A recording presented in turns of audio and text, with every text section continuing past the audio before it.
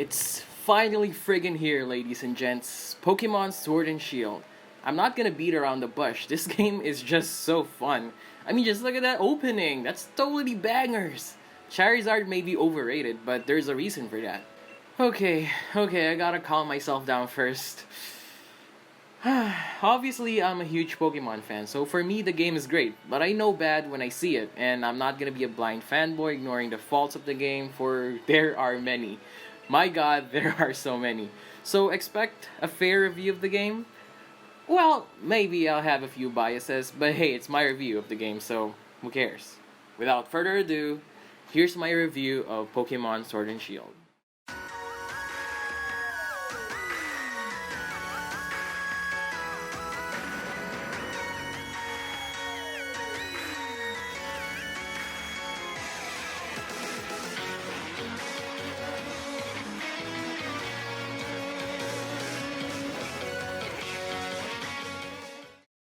Of course, the most important part of the game is the Pokemon.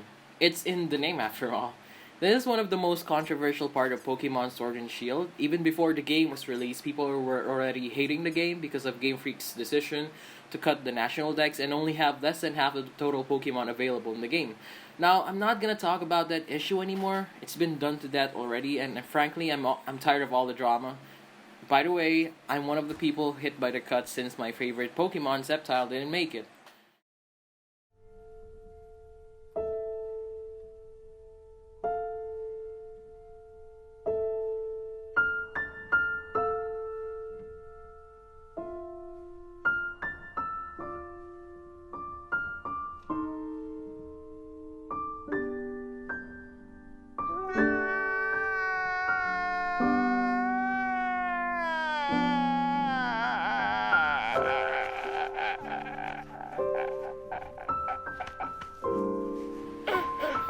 I miss you, baby. Baby, please come back. Anyhow, I'm gonna talk about the new Pokemon, and oh boy, the Galar natives are kind of mostly a good mixed bag. On one hand, you get the cute starters, Grookey, my baby, Scorbunny, and Sobble, and on the other, you get this fat squirrel and this elephant thing. Is this a real Pokemon? It looks fake. It is? Maybe the evolution is better. Oh my god! I'm kidding. It's not that bad. There's the cute bird Rookity that evolves into the fucking awesome metal as heck Corviknight. Like, literally metal, its typing is steel flying. Talk about an absolute powerhouse. If Batman had a Pokemon, it would be Corviknight. Or Zubat. I don't know. You know what? These are actually pretty cool. Well, except for Q-Fan or Greedent. I don't know, there's something about these Pokemon that's just not cute or cool. It's just my opinion though. For the entirety of the game, I used Rillaboom, Cinderace, Inteleon, the final evolutions of the starters, Rednaw, Colossus, which I aptly named Godzilla, Corviknight, Galvantula, which is actually from Pokemon Black and White. What can I say? Joltik really stole my heart and never let go. Finally, Sirfetch'd, which is the evolution of the Galar form of Farfetch'd. The Galar forms here are really well designed, like Corsola and Cursula. Both are dead corals, symbolic of the current status of our ocean life, I guess. Mr. Mime and Mr. Rhyme, who is basically Pokemon Charlie Chaplin. And, this. I don't get it, why? Overall, the new Pokemon are just okay. A few really good ones like the starters, Corviknight, and Devo, and so on. The others are just extremely average, and there's the very few bad ones. Other generations had more iconic and better designs, except for the legendary Pokemon. My god, these two are an absolute delight to look at. I bought Shield because of how mean-looking Zamazenta is, both in its non-shielded and shielded form. But Zacian, is that how you pronounce his name? Ain't no slacker at all. You can just look at these two behemoths and know that they mean business. So my verdict for the Pokemon in this game is that they're just okay. It's not bad. They're okay. What's a Pokemon game without a huge supporting cast of colorful characters to complement the silent protagonist? Answer: Pokemon Sword and Shield. If you're gonna play the game for the story, then I got bad news for you, bud. Brace yourself for a world of disappointment. Other than the mystery of the legendary Sword and Shield and the Darkest Day, there's not really any plot going on. The story's like watching a season of sports. You just see the games but never really find out anything about what's going on in the background. Like, every friggin' time something mildly interesting happens, Leon would just appear out of nowhere, save the day, and tell you to just continue your gym challenge without seeing any of the actual stuff going on. Come on, I want to find those giant Pokemon. Sometimes you'll just see it from online news or you won't see it at all. It's just a straight shot from the first gym to the 8th with very few detours, like one of the fucking gyms are next to each other with very few patch of grass separating them. You'll know when you see it. How about the characters themselves? All of them are really one note. Leon is just the typical strong, stubborn mentor that's bad with directions. Sonaya is just there for exposition. And Marnie is just there because you can't have a Pokemon game without an antagonizing team. Team Yell fills that part? Kind of. I don't have any idea what they're doing other than being creepy stalking fans of Marnie that's toxic as Maybe they should just use poison type instead of dark types. And now, you get your rival, Hop, Leon's younger brother. I wouldn't call him a rival, but he keeps on insisting, so might as well, huh? I was annoyed with him at the beginning of the game. He was so loud, and he keeps on saying that he'll beat Leon someday, yet he keeps on using the same Wooloo every fucking battle he's in. Hop is a wimp. A sore loser. He's the Yamcha of Pokemon Sword and Shield. Those were my feelings initially, but then at some point he goes through a slight semblance of character development which genuinely surprised me. Especially when he stopped using Wooloo and actually mixed up the Pokemon on his team. I still bulldoze over him, but I was surprised nonetheless. The only kind of interesting character is Bidet. Is that how you pronounce his name? Or is it Bede? How would I know? He's barely in the game.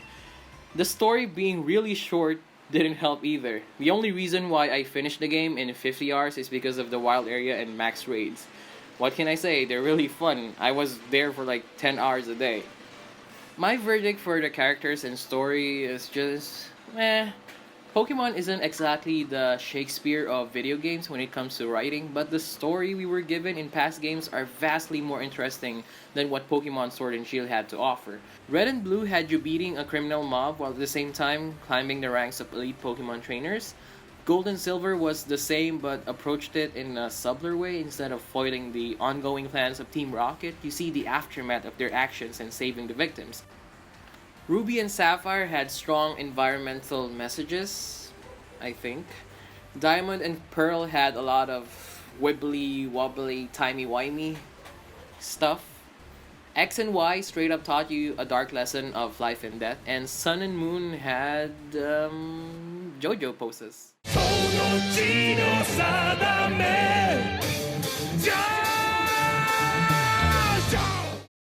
Imagine, you're back in the late 90s. You have a brand new game called Pokemon. Wonder what kind of game is this? Gotta catch 'em all, huh? And right at the beginning, you're greeted with a title screen that's scrolling through different monsters. Whoa, these are pretty cute, you think to yourself. But then a large Onix scrolls through the screen and you're blown away. A dragon-looking thing made of rocks? Holy shit, am I supposed to catch that? And while you impatiently wait for the next Pokemon to scroll by, you see it. A motherfucking Charizard. Unable to contain your excitement, you press a button and start a new game. You're then introduced to a world of Pokemon, and your life is forever changed. Maybe that was a bit overdramatic. Starting that adventure, choosing your first starter Pokemon, don't tell me who, I know it's Bulbasaur. Catching your first Pidgey, and fighting other Pokemon trainers. Pokemon games ever since Red and Blue have been consistently giving you that excitement of starting your adventure, and I'm glad to say that feeling remains true in Pokemon Sword and Shield. I may not have liked some designs of a few Pokemon, but finding those new Pokemon one by one was still a joy that filled me with childlike wonder. This is the first Pokemon game that took me 10 hours to get to the first gym, not because it's long, but because of one certain new feature of the game, the wild area. The sense of exploration that you had in past Pokemon games is multiplied exponentially in Sword and Shield because of its new open world like area. You'll want to explore the wild area as much as you can, find every item and Pokemon living in each part of the wild area, and being daunted by strong Pokemon that's way above your level, just casually strolling through the grassy meadows. If this is the direction Game Freak is going, then I'm not gonna stop them. I'll want to push them further, expand the idea of the wild area, and maybe in the next games the story and challenges can be built around the idea of that area instead of being only catered in parallel. While the progression in Sword and Shield is very linear, every time you go through the wild area, you really feel like you're exploring a vast world a la Breath of the Wild, albeit in a vastly smaller scale. Game Freak may have done a lot of wrongs in Sword and Shield, but they at least did this one right. Except for the trees. I take back everything I said in the last video about trees. Every tree in the wild area looks really bad.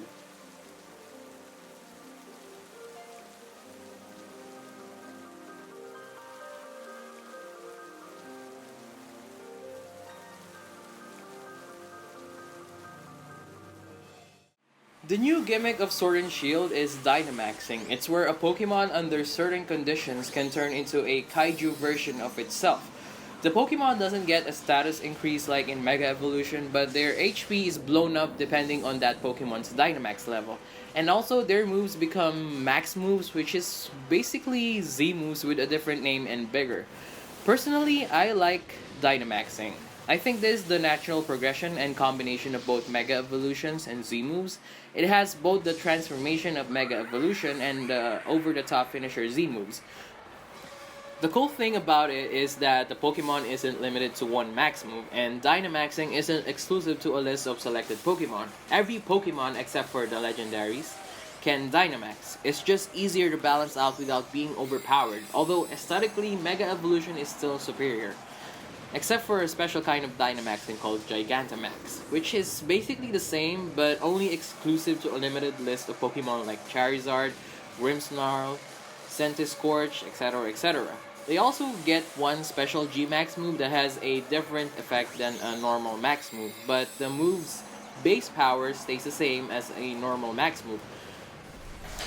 I love the designs for Gigantamaxing. It really gives your Pokemon a legit kaiju feel.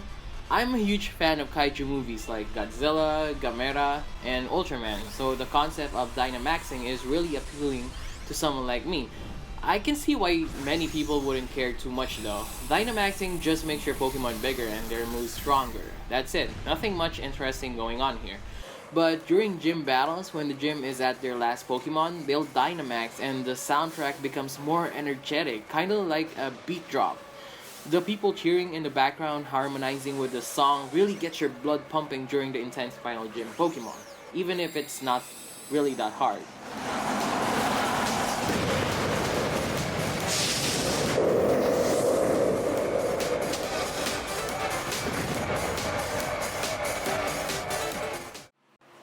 There's also the camping and curry on rice, which is cool, but not really game changing and it's completely optional. I like seeing my cute Pokemon and interacting with them though. Sometimes they'll fight and it's funny as heck. Nothing much to say here. It's a harmless addition to the game, that's all.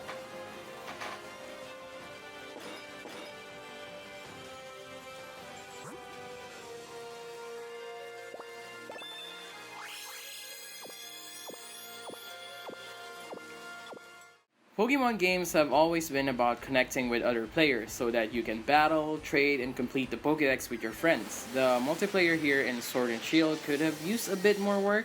The YCOM feature is like a more confusing, dumbed down version of the player search system from X and Y, otherwise known as the PSS. I like the trainer feed that shows what other players are doing both locally and on the internet, but trading, participating in battles with specific people is hit or miss. The feed where it shows what your friends are doing, be it trading, battling, or doing max raids, doesn't refresh quickly and you have to wait a minute before you see your friend's invite. Why can't I just invite this specific person? Why do I need to use link codes for this? It's all very confusing and it doesn't work sometimes, although that may be a problem on my part because my internet speed is nothing to write home about.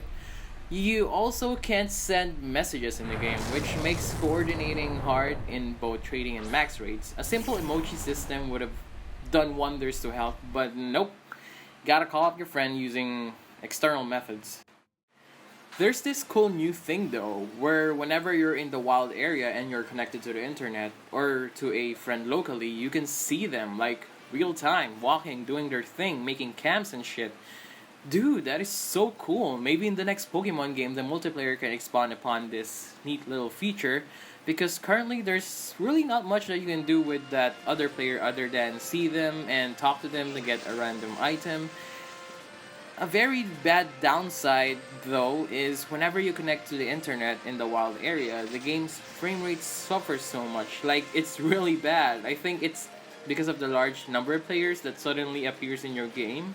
Game Freak should have just limited the number of people appearing instead of bombarding you with bad frame rates. So I recommend just connecting to the internet only when you need to.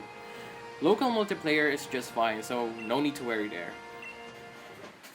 Okay, negatives aside, I'm gonna talk about max rate battles, where up to 3 of your friends can join you and fight this giant Dynamax Pokemon that you can see in dens scattered across a wild area. This is really cool. The fights are actually challenging, especially in higher levels, which gives you an incentive to gather your friends to help you battle that Pokemon because the AI is usually trash. I spent hours and hours just fighting in max rate battles because you get rare Pokemon that you won't find anywhere in the game. You also get items like the limited TRs, which is like the old TMs. Max rate battles are the only way to get Pokemon that are capable of Gigantamaxing. So, my verdict for the multiplayer is that it's fun when you're playing. Not that much when you're trying to connect to your friends, although the epic max rate battles make the annoyance of connecting worthwhile. Hopefully they patch it, but I'm not holding my breath. I don't think Game Freak ever patches their games.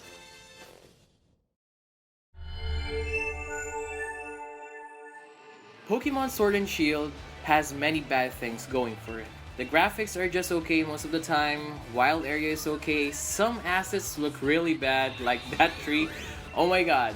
But then you see areas like the gravesite in Slumbering Weald, I don't know how to pronounce that, and holy shit, it is beautiful. And the fairy type town is just so vibrant. Graphics remain inconsistent, it's bad when it's bad and it's beautiful at certain locations. The animation is lazy during most scenes, but then you get these really good looking well animated cutscenes, so yeah, very inconsistent. But for every little bad thing in the game, Sword and Shield does something really good. The max rate battles are fun, the Pokemon are well designed, and the wild area is a taste of what the future of Pokemon may be, and what a future it is. The music in the game is top-notch. I never found myself humming background music from Pokemon other than the Pallet Town theme and the main theme, but this game kept me humming the gym battle theme every now and then. I just wish they added voice acting. The cutscenes where they look like they're talking is really jarring when there are no words coming out of their mouth, despite having subtitles. When all is said and done, I still have 70 hours of playtime for it in the game before I even wrote this review, and I'll be investing more after this. Pokemon Sword and Shield is still so much fun, and I most definitely recommend it. Now, excuse me while I hunt for Ditto max rates and shiny Pokemon. See you next time.